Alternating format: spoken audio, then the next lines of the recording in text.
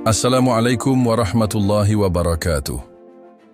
Imam Mahdi adalah sosok yang diyakini akan muncul di akhir zaman untuk menegakkan keadilan di tengah kerusakan dunia.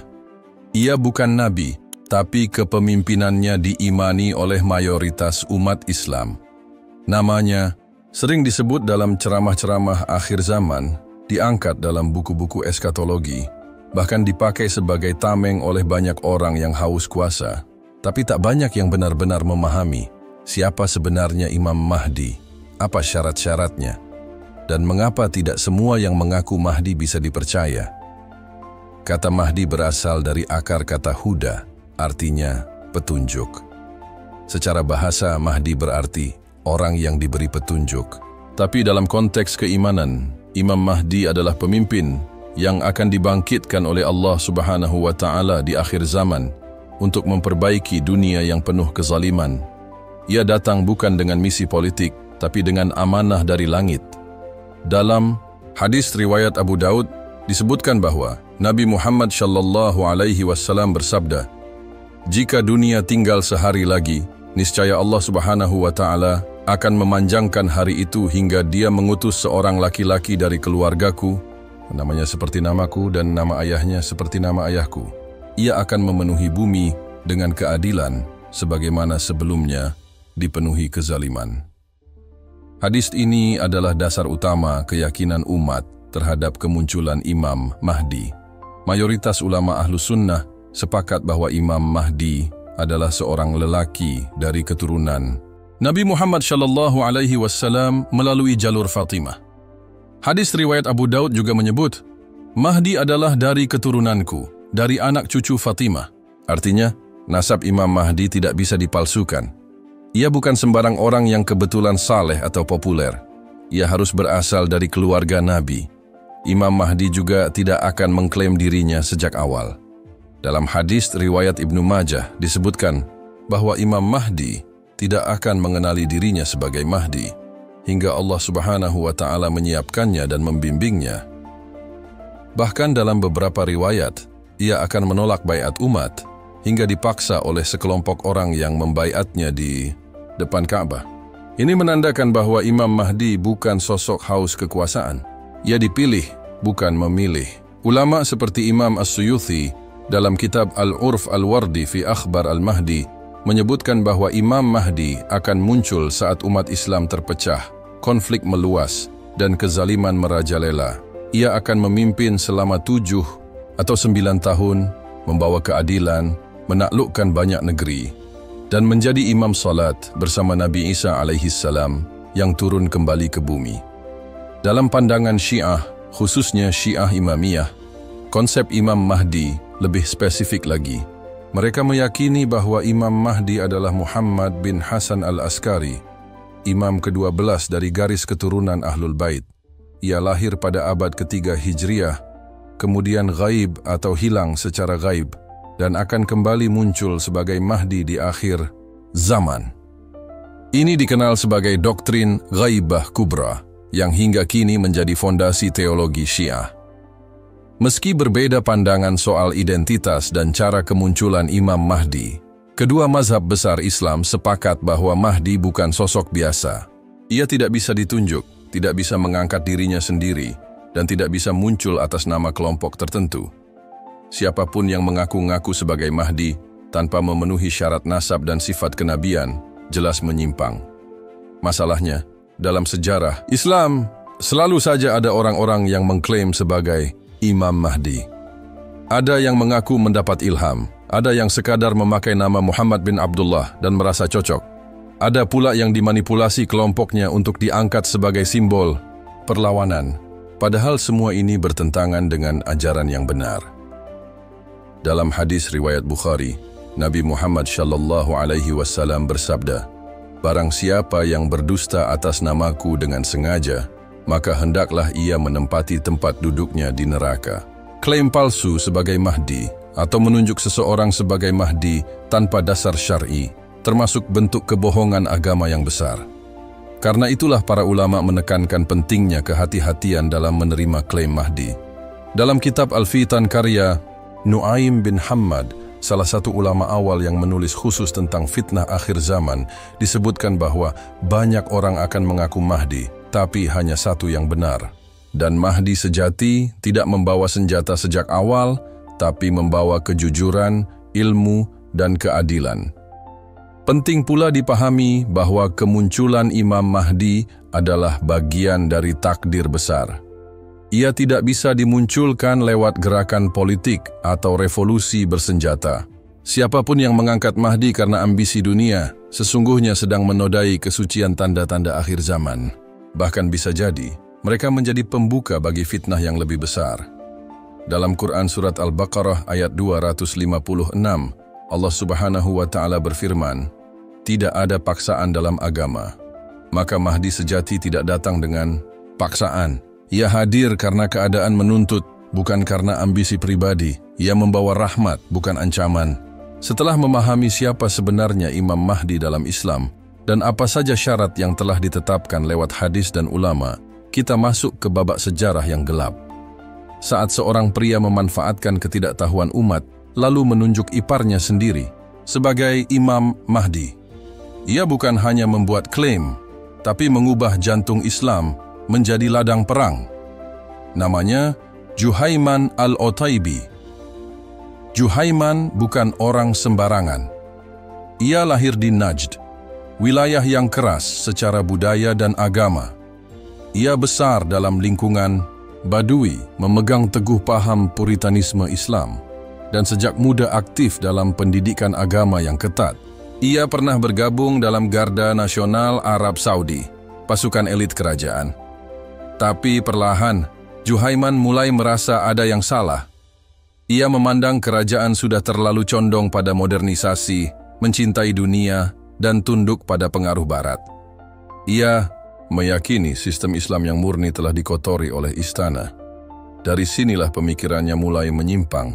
Ia keluar dari struktur militer, lalu bergabung dengan kelompok dakwah yang dikenal keras, Al-Jamaah As-Salafiyah Al-Muhtasibah. Disinilah ia mulai aktif menyebarkan ide bahwa zaman telah rusak. Pemerintah dianggap zalim, ulama dianggap takut bicara. Dan solusi dari semua itu, kata Juhaiman, hanyalah satu: kemunculan Imam Mahdi. Dalam banyak tulisan dan rekaman ceramahnya yang diam-diam tersebar di kalangan pemuda, Juhaiman menyerukan kembalinya Islam ke zaman Nabi. Ia menolak sistem kerajaan, mengkritik pembangunan besar-besaran, dan mengecam persahabatan Arab Saudi dengan Amerika. Ia percaya bahwa dunia sedang memasuki masa fitnah. Dan sesuai hadis, fitnah besar akan diakhiri dengan datangnya Imam Mahdi. Dalam hadis riwayat Abu Daud, Nabi Muhammad SAW bersabda, "Mahdi adalah dari keturunanku, namanya seperti namaku, dan nama ayahnya seperti nama ayahku." Ini adalah hadis yang paling sering disalahgunakan oleh mereka yang ingin mengangkat Mahdi buatan sendiri, dan itulah yang dilakukan Juhaiman. Ia menunjuk iparnya, Muhammad bin Abdullah Al-Qahtani, sebagai Imam Mahdi. Alasannya sederhana, namanya cocok Muhammad bin Abdullah. Silsilahnya dianggap terhubung ke keluarga Nabi, meski tidak bisa dibuktikan secara ilmiah. Dan lebih penting lagi, Muhammad Al-Qahtani adalah pria muda, pendiam, mudah diarahkan, dan taat pada Juhaiman. Dengan memanfaatkan ketidaktahuannya, Juhaiman mengangkatnya sebagai Mahdi, lalu menjadikan dirinya sebagai juru bicara sang penyelamat. Dalam banyak naskah yang ditulis Juhaiman, ia menegaskan bahwa Mahdi akan muncul di masa kezaliman dan akan mengubah dunia dari pusatnya, yaitu Mekah. Ia mulai menyusun rencana besar, menyiapkan ratusan pengikut, melatih mereka secara militer dan spiritual, menyebarkan risalah ke berbagai kota, dan diam-diam menyelundupkan senjata ke Masjidil Haram. Dalam buku The Siege of Mecca karya Yaroslav Trofimov, disebutkan bahwa Juhaiman sangat teliti dalam mempersiapkan gerakannya. Ia mencetak buku kecil berjudul Risalah Al-Imam Al-Mahdi, yang berisi penjelasan mengapa iparnya adalah Mahdi sejati. Buku ini dibagikan ke para mahasiswa, ulama muda, dan jamaah haji dari luar negeri. Ia menciptakan narasi bahwa kemunculan Mahdi sudah pasti dan pemerintah Saudi tidak akan sanggup menghentikannya. Padahal, jika kita kembali ke hadis-hadis syahih, kemunculan Imam Mahdi tidak pernah diumumkan oleh satu kelompok tertentu. Bahkan dalam hadis riwayat Ibnu Majah, Nabi Muhammad SAW bersabda bahwa Imam Mahdi akan dibaiat dengan terpaksa oleh orang-orang di depan Ka'bah, dan ia sendiri tidak tahu bahwa ia Mahdi. Maka ketika Muhammad Al-Qahtani dengan mudah menerima pengangkatan itu, jelas ia tidak memenuhi tanda. Tapi pengikut Juhaiman tidak butuh hadis lengkap. Mereka hanya butuh arah, dan arah itu sudah ditunjukkan. Maka Juhaiman membentuk pasukan bayangan. Mereka menyamar sebagai jamaah haji, membawa senjata dalam peti jenazah, dan tinggal di kompleks Masjidil Haram sambil menunggu tanggal yang telah ditentukan. Keyakinan mereka buta. Mereka percaya Mahdi sudah datang, bahwa dunia akan tunduk dan kerajaan Saudi akan jatuh. Mereka tidak mengira bahwa perbuatan mereka akan menjadi tragedi besar dalam sejarah Islam modern. Juhaiman tidak bertindak sendiri.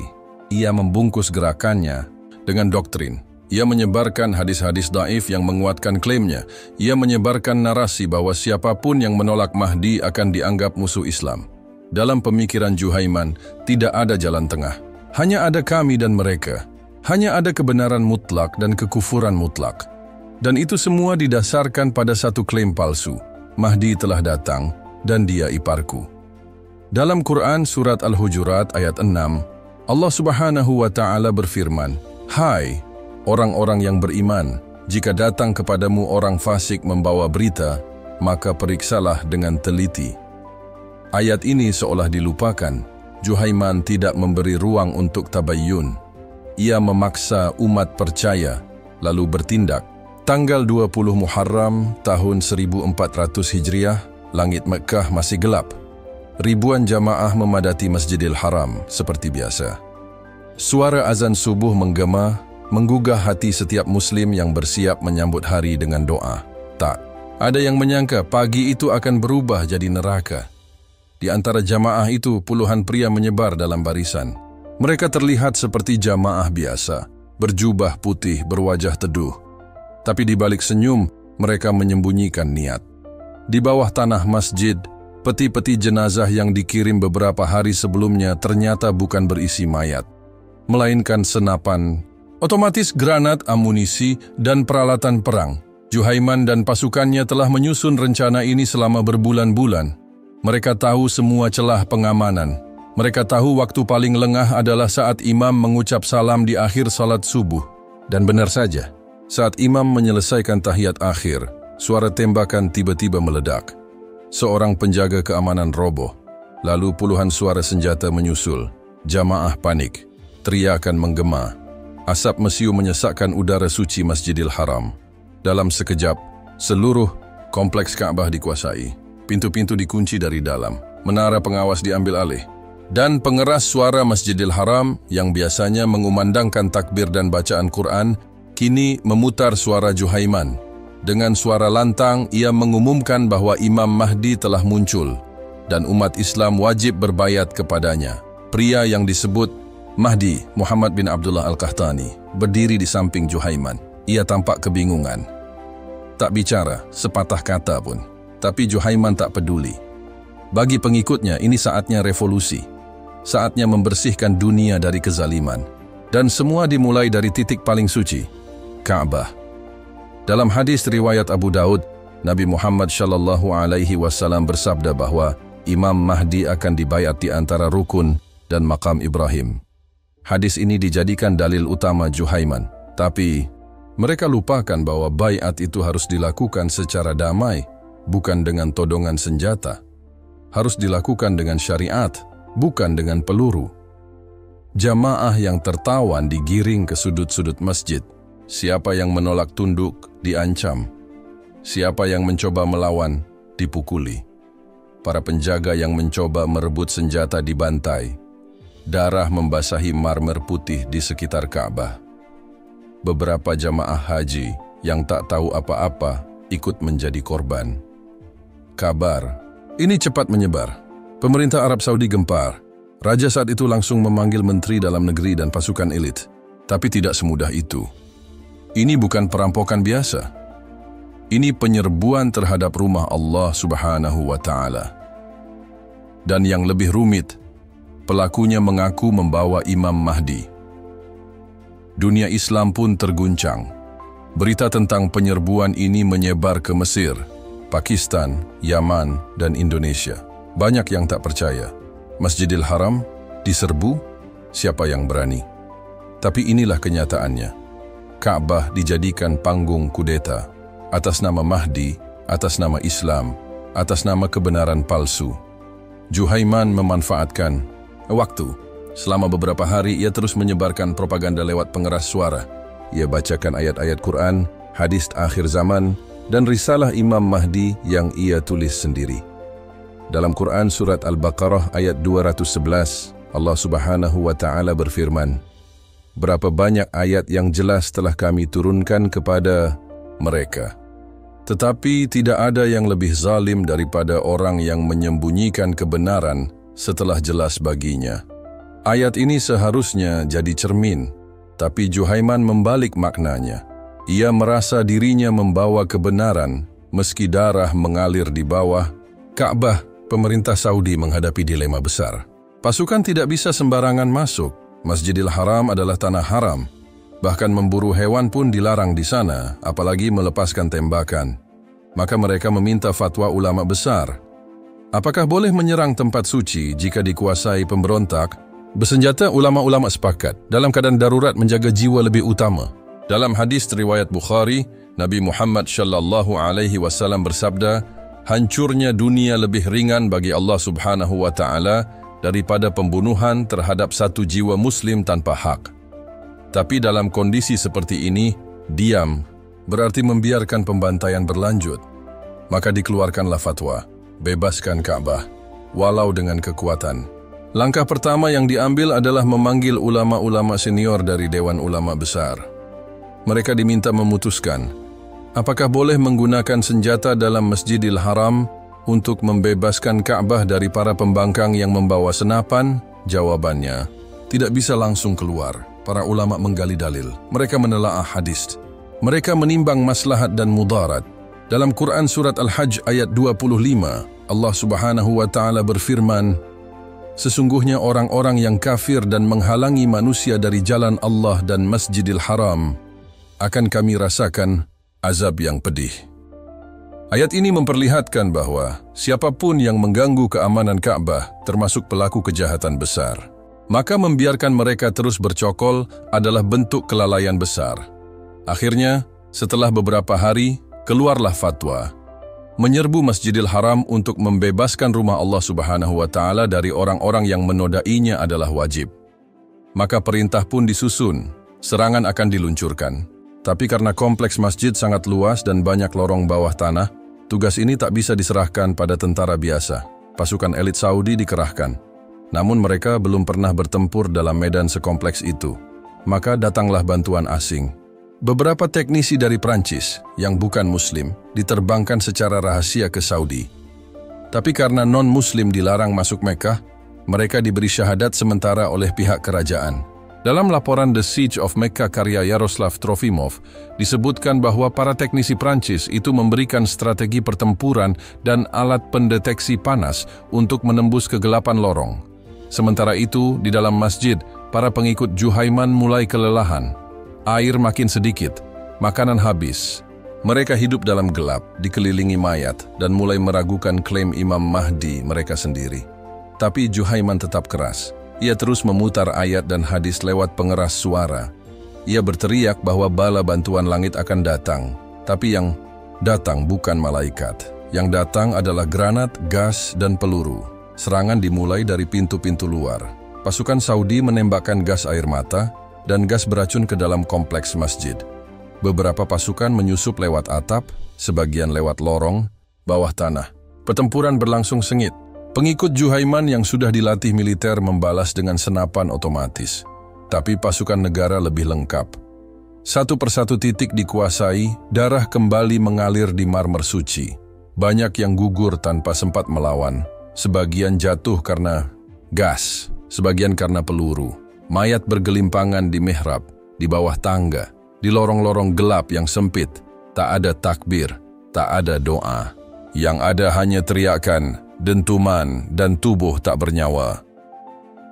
Dalam hadis riwayat Bukhari, Nabi Muhammad SAW bersabda, "Sesungguhnya hancurnya dunia lebih ringan bagi Allah Subhanahu wa Ta'ala daripada tertumpahnya darah seorang Muslim tanpa alasan yang benar."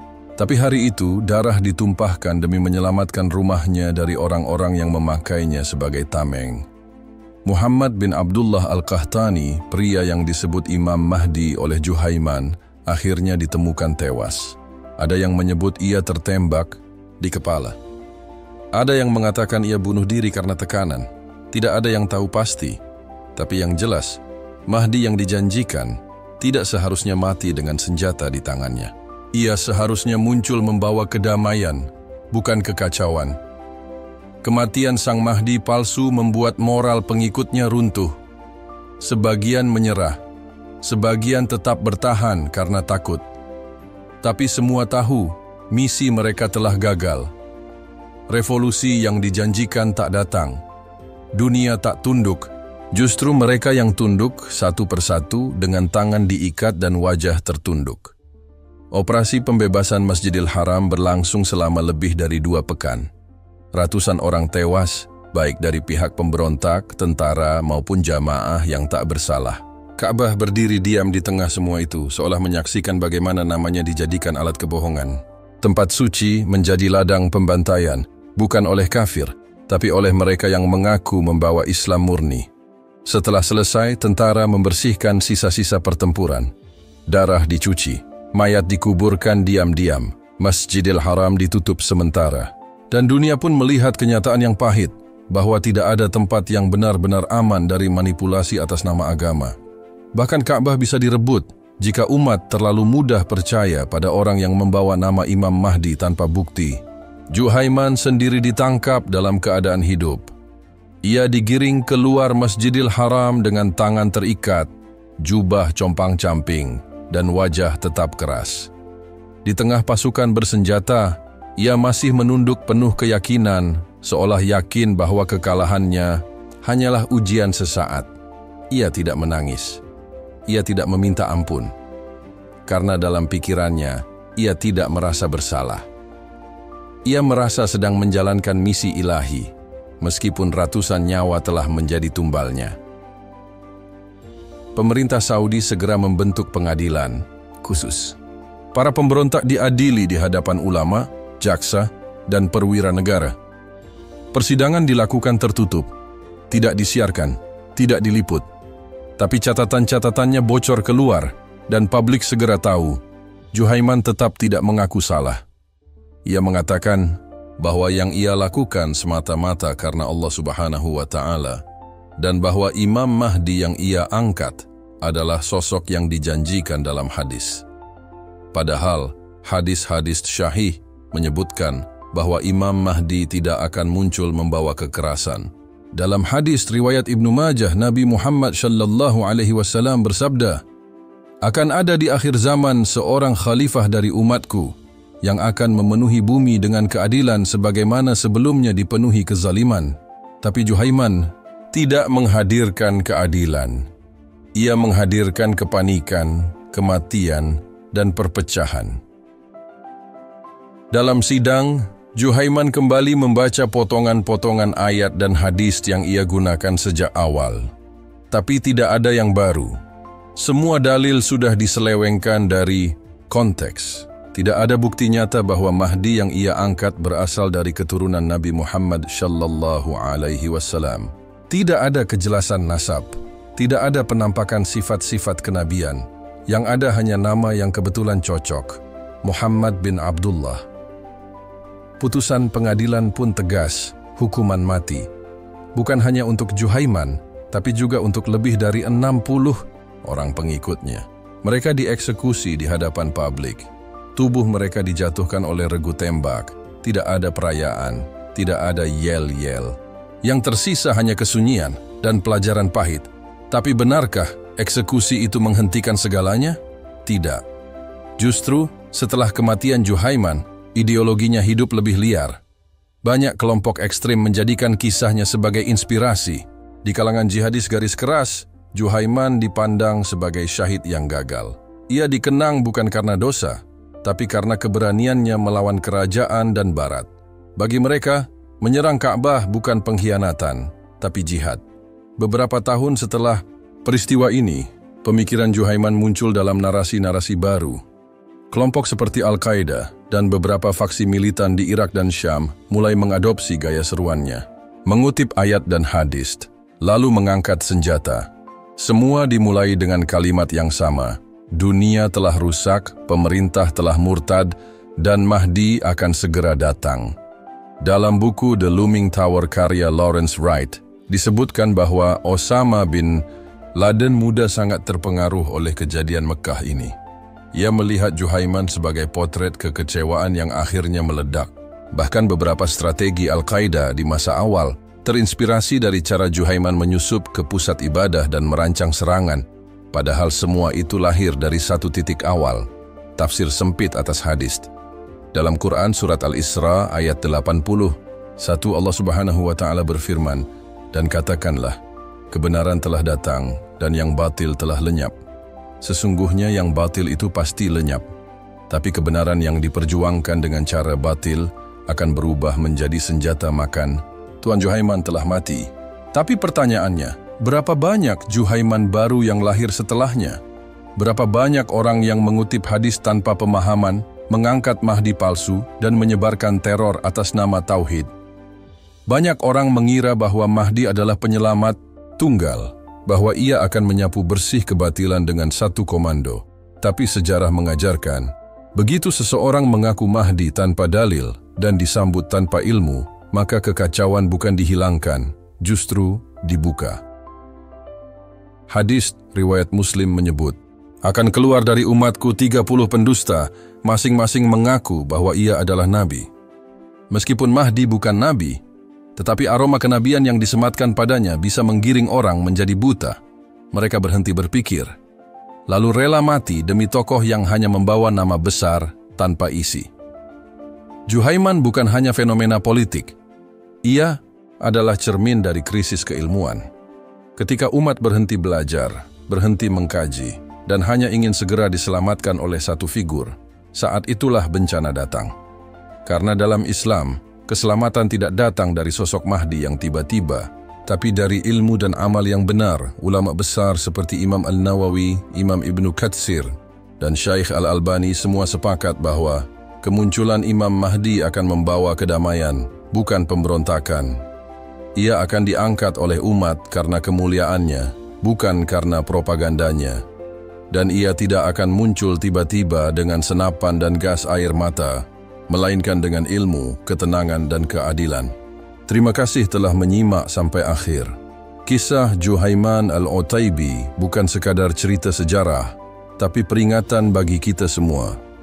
Jangan mudah percaya pada mereka yang membawa dalil tanpa ilmu, apalagi yang mengatasnamakan Imam Mahdi untuk menebar kekacauan dia. Jika video ini bermanfaat, bantu kami dengan klik like, subscribe, dan bagikan agar semakin banyak yang tercerahkan. Sampai jumpa di pembahasan mendalam berikutnya, hanya di channel Lauhul Mahfudz. Wassalamualaikum warahmatullahi wabarakatuh.